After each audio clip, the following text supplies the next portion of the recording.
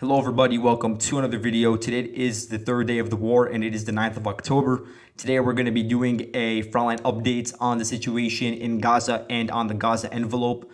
We're going to look at the airstrikes that are occurring within Gaza itself, and then we'll also look very briefly at the situation on the border between Israel and Lebanon. Let's begin by looking at the front line though. And I do have to admit, in a lot of these kibbutzim, the situation is very fluid. What I mean is that, it's very hard to say that, the Hamas forces or the IDF have taken back a certain settlement just because of how fluid the situation is. Because, just to give you guys an example, the Hamas forces that are located in the south over here, they're only a couple of kilometers away from these different settlements.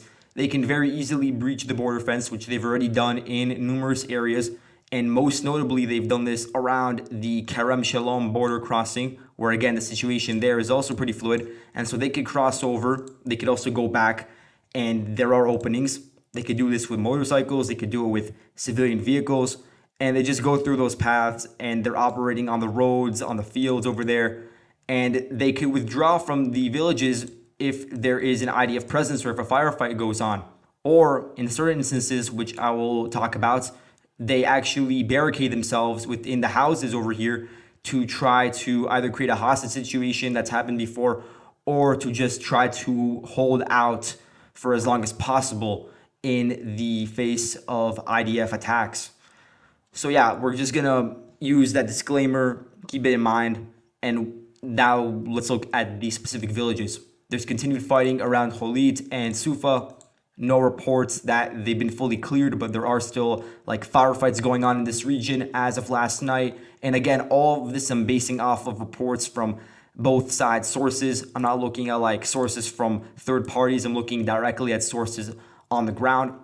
Now, there's also reports of fighting that has shifted further east in the direction of Yesha, Amioz, and Miftachim. So these three villages over here, there's fighting over there. And previously, there was not fighting in that region, so that is a new hotbed of activity for the Hamas forces, although I can't say for sure if they're still there as of this morning, as these reports are from last night. And reports that happened in the afternoon of yesterday that weren't really further elaborated upon are around the settlement of Magen. I don't know what's going on in this region. I tried looking very, very hard to get a better idea. But in a lot of these areas, there isn't specific information. But the latest information that we have, which is from 16 hours ago, is that there were clashes in and around this settlement.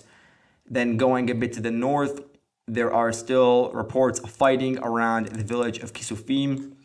And you have actually movement of Israeli units, including the Elite Infantry Brigade, the Golani Brigade, their 51st Battalion is taking up positions in all these different observation posts that are adjacent to the kibbutz Kisufim.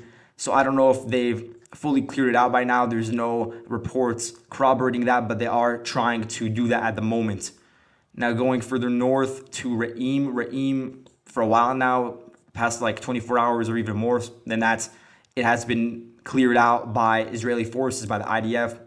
And this is also the general area where you had the Nature Party. If you're unaware, there was this pretty large Nature Party which had 3,000 to 4,000 Israelis, but also a lot of foreigners from America, Germany, Norway, Sweden, etc. A lot of them were in this general area, over here, and that's where you had the party pretty close to the Gaza border. And you had paragliders from the Al-Qassam brigades, the military wing of Hamas, that landed over there. And now we have the IDF uncovering 260 bodies in that region that were killed due to the attacks by Hamas on those civilians in that region. And so now that's certainly going to increase the casualty counts for the civilians in Israel by a large amount, but we're going to get to casualty counts later on in the video.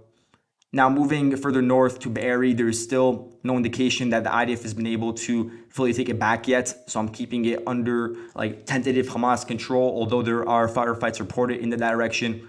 Looking a bit to the north, again, Nahal Oz, there are reports from over 24 hours ago by the IDF that they were able to recapture it and the adjacent military base, but I'm still pretty skeptical of these claims because there's a lot of footage coming out from the Nahal Oz military base showing that Gazans in general, because just look at how close it is to the Gaza Strip. If you are a civilian, you could just walk like less than 2 kilometers and enter through an opening in the fence and actually enter into what was previously Israeli-controlled territory. So that's what happened. You had a lot of Gazans that were entering into this base, specifically looting it. We also saw a video of at least 8 bulldozers that were set on fire in this military base. So for now, I'm going to say that it's contested. In Kfar Aza, again, another one of these settlements that the situation is still contested. There are reports of pretty heavy firefights. And again, the IDF says they're clearing it, but they've been saying that same sort of narrative about a lot of other settlements in the region for the past 48 hours.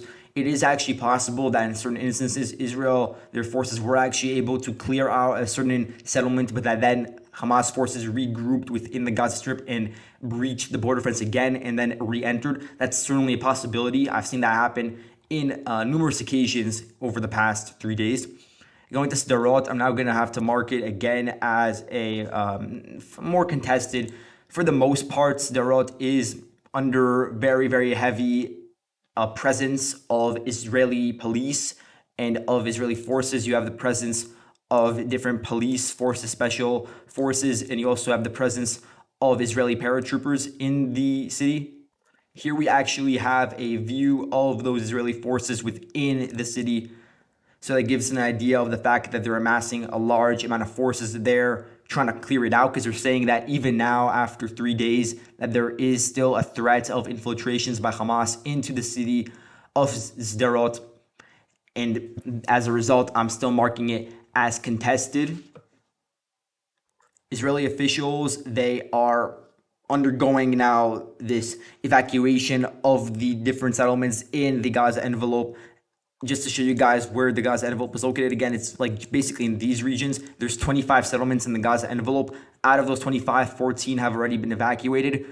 And some of the settlements in and around Sderot will actually not be evacuated at the moment. I think this is because the situation is still very tense in that region, in that they don't want to risk like letting out all the civilians now and then having the Hamas forces being able to enter. Because even if you don't have Hamas forces in the city center of Sderot anymore, there is still a lot of activity going on just to the west of it. That has not changed since yesterday. And then you could also say that same thing about Nir Am, which is like a suburb of Sderot that is also being contested at the moment as a result. So all of the residents that are living in these 2 different settlements, they were told by the officials that they have to stay in their houses, lock the doors and everything until it's fully cleared out. And one of the units that's supposed to be clearing it out is the 35th Paratrooper Brigade. I have them marked over here, and I have all the other units marked as well.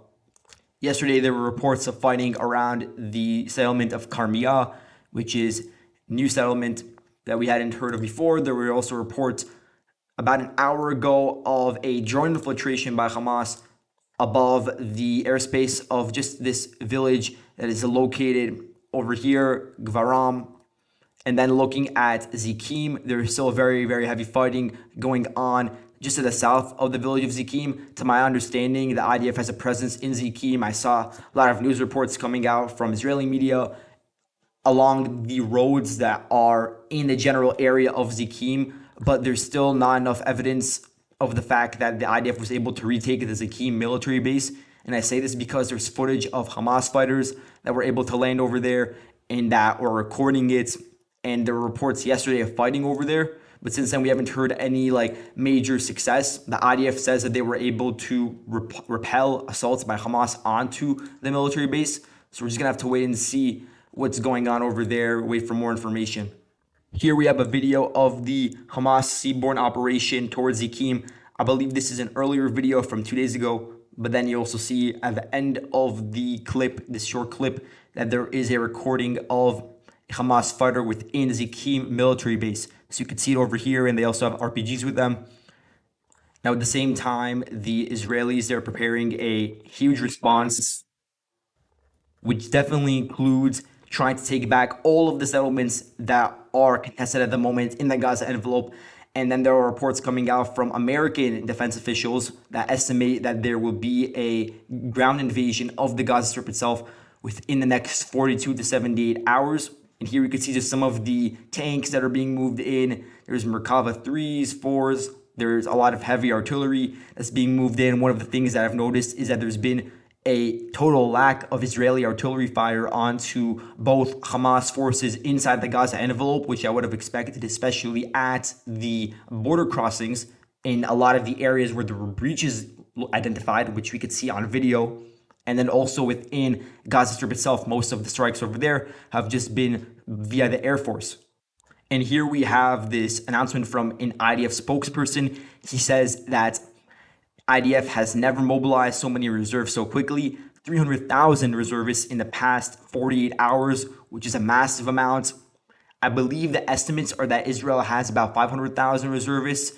And so you could see there's a huge chunk that have just been called up right now. And it's still a process to register all of them, give them all the proper supplies, put them in a certain unit, and then have that unit in a cohesive manner be moved to a certain sector, which has to be decided upon. Some have been moved to the border with Lebanon. I think that was actually Israel's first priority, to have reserves on the border with Lebanon in order to prevent a similar situation with breaches occurring on the border fence with Lebanon, because Israel does have a fear that there will be a similar situation with Hezbollah, which does have even stronger capabilities than Hamas. They have about 14,000 precision rocket missiles, and they also have an arsenal of about 150,000 missiles, many of which have a longer range than the Hamas missiles that can reach really, first of all, obviously they could reach northern Israel, but they could also reach central and parts of southern Israel as well. Now, in regards to casualties, the official number from Israel is 700 dead and 2,400 wounded, but the estimates have the official death count at over 1,000. So you could see that in the coming hours, there will be updates that will increase that number. Yesterday, the Palestinian Islamic Jihad announced they had over 30 Israelis, and that includes civilians, but also a lot of IDF soldiers that were taken prisoner. And then Hamas also say that they have over 100 abductees. And so that puts the number at around 130, but I've seen estimates of about 150 hostages. And then the IDF, they released the names of 73 soldiers that were killed in the fighting. And based off of those released public information, all public, I've been able to get an idea of the certain units that Israel has been sending to the front line to engage in fighting with Hamas and other factions. And also, in some cases, their general locations, which don't take it as gospel. These locations I have on the map, I just had to place them somewhere. So I tried to be as accurate as possible when I did that. Another interesting thing is that the IDF has now reported that about 1,000 Gazans were able to breach the border fence throughout the events that started 3 days ago. And many of them are still operating within Israeli-controlled territory at the moment. And last night, around 11:12, you could say, at night on the 8th, there was a pretty large barrage of rocket strikes launched by Hamas onto different Israeli cities. And really throughout the day yesterday, we didn't see that many strikes. We saw a lot of rocket and mortar fire at the Gaza envelope, at some of the nearby settlements.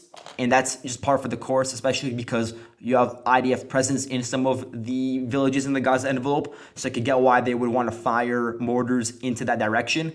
But then really making our way into the middle of the night, there was a large amount of rocket fire reported onto Ashkelon. And you actually did have reports of impacts over there. Also, you had reports of red alerts in central Israel. There's a pretty long list, but the major ones like Rehovot, you also had Rishon LeZion, Yavne, and other such cities. The IDF also claimed that their elite naval unit, Shetet 13, was able to conduct a raid, presumably into the Gaza Strip. And in that raid, they were able to capture the deputy commander of Gaza's southern division of their naval forces. And most likely, this individual that was captured from Hamas, he was coordinating the attacks, the naval attacks, in the direction of Zikim Beach and Ashkelon Beach earlier in the war a couple of days ago. So now they are in the process of interrogating him. Now, moving on to the Israeli strikes on Gaza. The IDF, since the beginning of the war, has hit over 1,200 targets in Gaza. And just going through the most recent waves from the past 24 hours or so, there was a wave of strikes that amounted to about 120 targets being hit in Beit Hanun, which is this area very, very close to Sderot, very close to some of these villages like Erez. And this is a place where you have a lot of like forward positions for Hamas. So there were 120 strikes over there. There was 100 tons of ammunition dropped on Sajaria neighborhood, located over here, again, in northern Gaza, where we've seen most of the strikes, to be honest. And again, there was around 120 targets in that area. Then once midnight passed, in response to the rocket fire by Hamas onto Ashkelon and other parts further north into central Israel, there were reports of 25 targets being hit in Gaza Strip, including 3 launch sites for those rockets. And there was also a report of a mosque being hit, which was claimed that it was being used as a coordination point. No way to verify really any of that in the fog of war.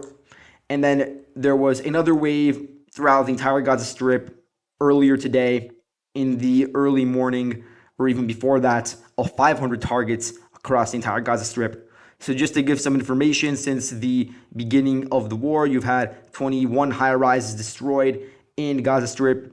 You also had, at the beginning of the war, Israel cut off the electricity, fuel, goods that were coming in from Israel. I think Israel accounts for 63% of all the electricity within Gaza, but Gaza also have their own generators. But I'm not sure how long they will continue to power the 2 million people living there.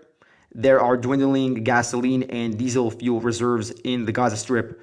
Now, in terms of the casualties in Gaza, the Ministry of Health over there says that there are 493 killed, 2,751 injured, and at the same time, the IDF claims to have killed hundreds. I saw a number of over 400 Hamas fighters killed in fighting in the Gaza envelope. So that 400 number is different than the 400 number you're hearing from the Ministry of Health in Gaza, because those numbers from Gaza are in relation to the airstrikes. So we're going to have to see if the 400 number from the IDF turns out to be true. We've already seen some footage of the casualties that have been incurred by the Hamas fighters after they were overrun in certain positions by the IDF. So to a certain extent, there are some casualties. We already know 73 casualties officially for the IDF, although that number will also certainly increase as time goes on, especially if there is to be an attempt at entering the Gaza Strip. And just as a reminder, in the Gaza Strip, there is a network of tunnels.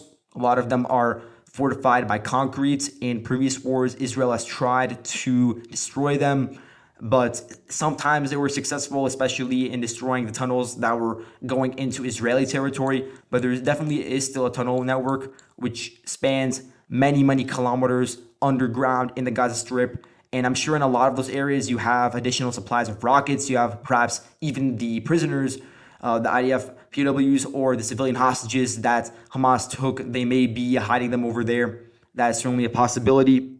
But yeah, let's move on. Last thing, going to the border between Lebanon and Israel. So far, there has not been any major escalation since the clashes that we saw yesterday that are reported with the mortar fire from Hezbollah and then the artillery response by Israel. So it seems like, at least for now, there's a calm over here. The Israelis, as I said before, they're moving in reserves over here, and there is an evacuation going on of the settlements that Israel has just adjacent to the Lebanese border. So they didn't give a specific number or a list of those settlements, but I would assume that they're the ones like over here where I have the blue lines going through. And so, yeah, that's all for today. Thank you guys so much for watching, and I'll see you guys in the next video. Goodbye.